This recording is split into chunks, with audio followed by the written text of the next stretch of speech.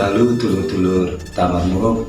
Kali ini kita silaturahmi ke tempat Dimas Fajar Kenanga. Terus putih kabar ini? Kabar baik mas. Kabar ya. baik, alhamdulillah. Lama nggak action?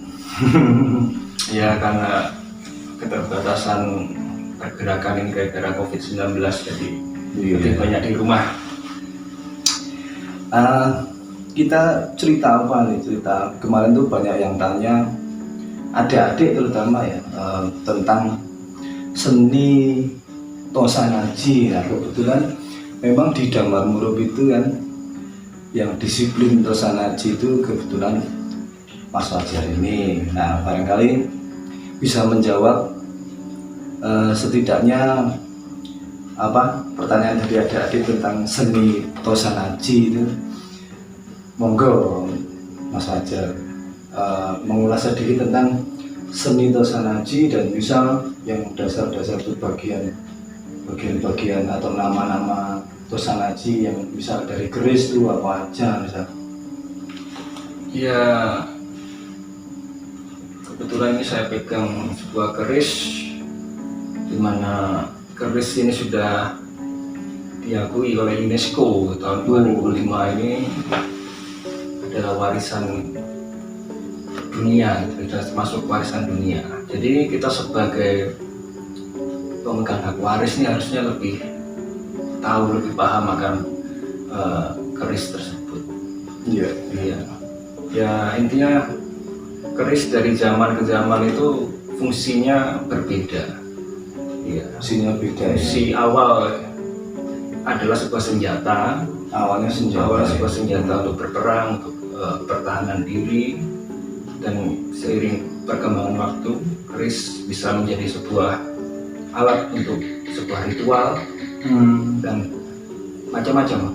Jadi bisa dibilang ini multifungsi. Keris ini juga warisan leluhur yang sekarang fungsinya sangat bermacam-macam. Ya. Bisa untuk souvenir, bisa untuk pusaka dan lain-lain. Kalau misal bisa bicara sejarah panjang ya, sejarah panjang. Berkerisan sangat-sangat menguras waktu untuk membicarakan. Mungkin kali ini untuk dasar pengetahuan misal bagian-bagian dari keris itu sendiri Mas Fajar. Bagian dari keris.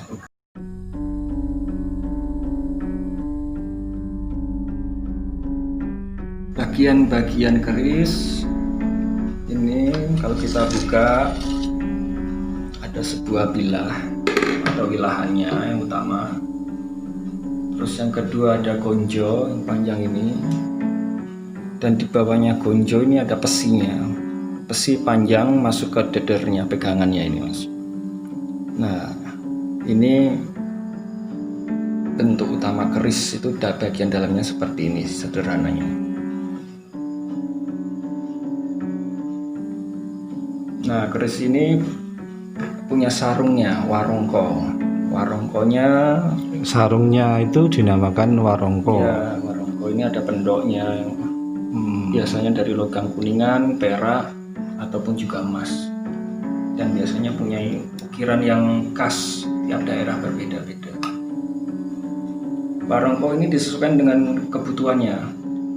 Ada warongko yang sifatnya gayaman atau untuk ladrang, itu macam-macam. Nah ini kalau kita sudah menyarungkan wilahannya ini. Nah ini yang disebut keris itu ya keutuhan ini mas. Posisi utuh seperti ini dengan lengkap dengan warongko ini, inilah yang disebut keris.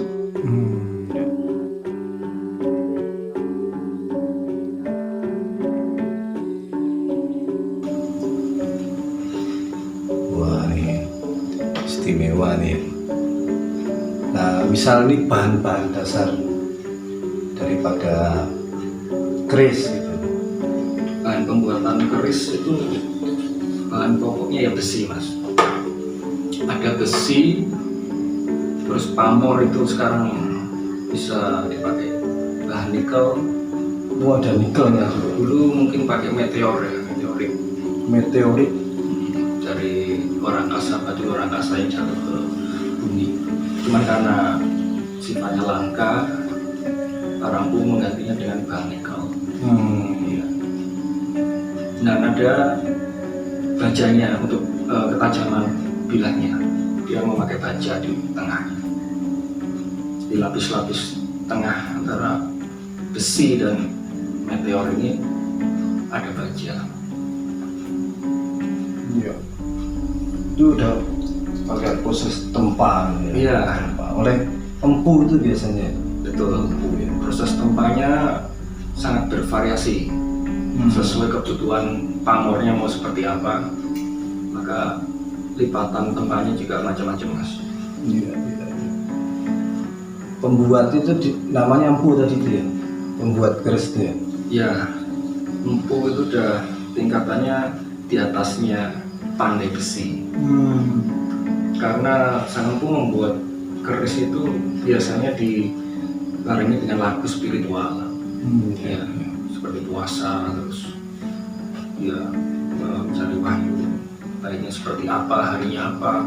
Jadi satu bilah keris ini bisa jadi 1 tahun baru jadi atau Lama ya prosesnya.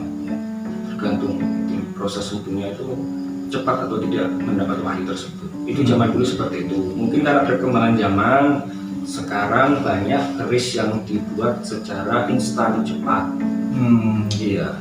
Ada yang kerisnya itu cuma dicor, jadi kita udah membuat bentuk cetakannya, terus besinya itu tinggal dituang di situ langsung jadi. Itu biasanya cuma sekedar untuk souvenir seperti itu. Iya. Atau ada keris yang dibuat dengan lipatan yang sedikit karena mengejar waktu tayang untuk dijual. Dan harganya atau mungkin bisa untuk keperluan ya. ya, dan harganya biasanya murah. Terus ini misal kan pasti ada estetikanya, estetika pegang keris, terus apa cara mengeluarkan keris itu gimana atau yang benar itu gimana? Kan ada orang kok kayak disembah atau gimana itu. Ya, untuk estetika tersebut, misalkan kita mau memberi keris dengan orang yang lebih tua atau lebih muda, itu posisi tangan. Nah, contohnya gimana itu? Ada posisi di bawah dan ada posisi di atas. Kalau memberi, Kalau misalkan masnya ini lebih tua dari saya memberikannya seperti ini. terus saya pegangnya Di atas sini. Iya. Oh, Gitu. ini kalau saya lebih tua, Iya. ya kalau lebih tua itu ya.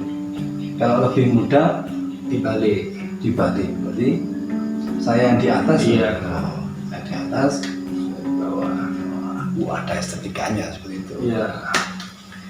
Terus Mas Fajar, cara apa mengeluarkan? Oh iya. Nah, posisi harus lurus. Iya, sebagai contoh. Iya. Gini ya. Iya, lurus. Dan posisi warongkoi yang kita tarik ke atas. Nah, seperti ini. Nah, Gini ya. nah ya. Nah, terus untuk menghormati sang empu yang membuat, biasanya keris ini kita angkat setinggi daun telinga. Seperti ini ya. Ya, suatu bentuk penghormatan. Yang jadi suatu bentuk penghormatan terhadap empu yang membuatnya. Ya. Ya. Lalu ada yang gimana lagi tuh?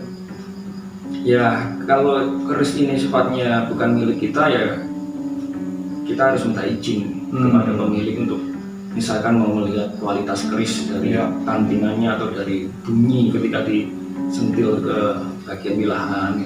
Kita nggak boleh semena-mena asal melakukan itu. Iya. Harus ada izin lah seperti itu. Siap. Terus nutupnya gimana? Nutupnya Untuk sama dengan memasukkan. waktu membuka tadi. Ditutup biasa. Masih sama seperti ini bisa. Nah, Ya, coba. Atas atau samping? ya seperti itu boleh.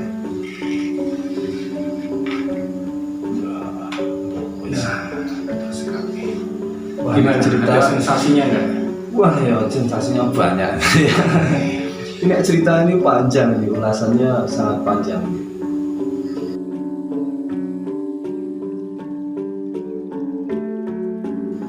Jadi kalau bicara tentang seni Tosanaji, tentang keris itu ya nggak cukup semalam 2 malam, bisa tahunan itu. Betul Mas, ya. Itu perlu penjelasan yang sangat detail. Iya, iya. Nah, tapi nanti mungkin setahu apa itu tetap di-share gitu untuk Ya, generasi muda itu. ya mudah-mudahan kita punya cukup waktu untuk berbagi lah. Ini misal pesan-pesan buat generasi muda itu bagaimana tentang kita kembali ke jati diri bangsa, termasuk apa ya, dia melestarikan uri-uri itu yo gak mudah, tapi minimal itu kita mengenal. Jadi yang utama sebenarnya nilai yang terkandung dalam sebuah keris tersebut, semangat juangnya itu yang mungkin perlu ditanamkan pada generasi sekarang. Semangat Ya, semangat juangnya itu, karena keris itu sebagai alat saksi sekaligus pusaka dan ikut berjuang melawan penjajah juga, dan sejarah di dalam berkerisan itu selalu ikut andil di situ. senjata Ya, karena senjata. pegangan piando ataupun sifat kandel. Nah, untuk generasi yang saat ini, saya harapkan mereka belajar dari secara teknis pembuatan keris itu seperti apa. Iya. Nanti bisa melanjutkan pembelajaran ke dalam spiritualnya itu seperti apa. Ya untuk pengetahuan ya. Untuk pengetahuan, di situ ada isoteri dan eksoteri. Wah. Jadi dari fisiknya itu kita paham benar ini cara membuatnya seperti apa, terus lakunya itu untuk proses spiritualnya itu juga kayak apa gitu. Nah itu akan sempurna kalau keduanya itu bisa dipelajari dengan baik. Iya. Toh ini juga memang bahwasanya ini warisan leluhur ya. Iya Mas, Warisan leluhur. ini warisan leluhur dan sudah diakui oleh UNESCO. Iya. Ya, tahun 2005 ini UNESCO sudah mengakui keris itu adalah warisan dunia malah seperti itu. Iya. Nah, besok kita mengulas tentang lebih dalam lagi. Bisa ya. Ya. Matur suwun ya. Right.